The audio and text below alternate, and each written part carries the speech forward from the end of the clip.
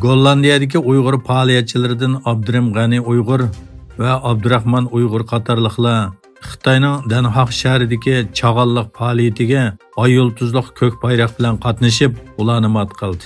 Ular necha soatlab fursat kutib, Xitoy ishg'oliyatchi kommunist hokimiyatining Danhaq shahrida uyushtirgan saxta tashviqotiga qarshi maydonga chiqib, boturlik bilan Xitoy irqiy qirg'inchilikni to'xtat, Sharq Turkistonga erkinlik, Sharq Turkiston Xitoyning bir parchasi emas degan shiorlarni to'ladi.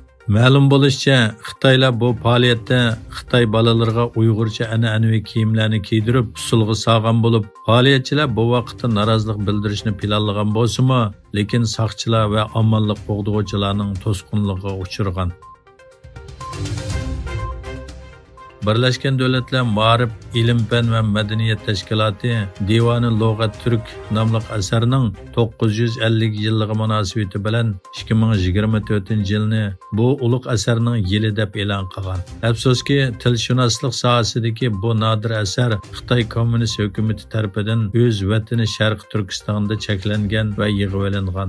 Yana bir tarafdan Xitoy doiralari Uyg'urlarning bu shohona asar va uning avtori Mahmud Qashqari bilan bo'lgan munosabatini uzish uchun ta'tir tashviqot va buzg'unchilik harakatlarini davomlashtirmoqda. Turkiyaning Gaziantep shaharlik hukumati Xitoy uslubida bog'cha qurgan bo'lib, ishg'oliyat ostidagi Sharq Turkistondagi millionlagan musulmon irqiy qirg'inchilik uchrayotgan bir paytda elib berilgan bu harakat norozilik qo'zg'adi. Egilishicha, Gaziantep shaharlik hukumat qurgan Galli bog'chisiga Xitoy uslubidagi bir bog'chaning qo'yilishi inkas qo'zg'adi.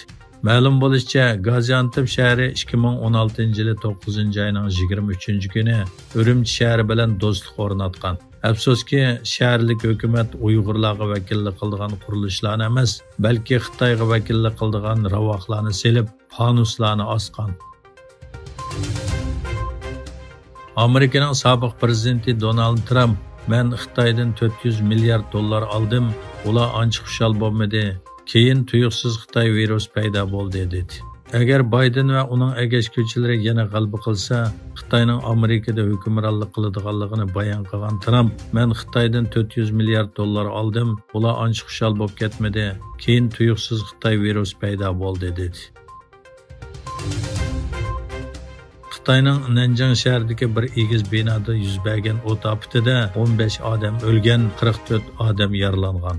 Egilishicha, Xitoyning 8 milliondan ortiq nufusi bor Nanjing shahrining Yuxatay rayonidagi bir egiz binoda noma'lum sabab bilan o't ofati yuz bergan. Elektronlik velosiped saqlangan egiz binoning birinchi qavatida o't ofati yuz berib, nihoyat tezlab boshqa necha qavatga tutashgan.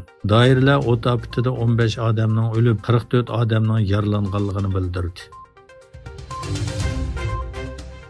G'azzadagi Zionist Yahudilarning begunoh kishilarga qaratgan qirg'inchiligida shahid bo'lganlarning soni 29606 ga yetdi.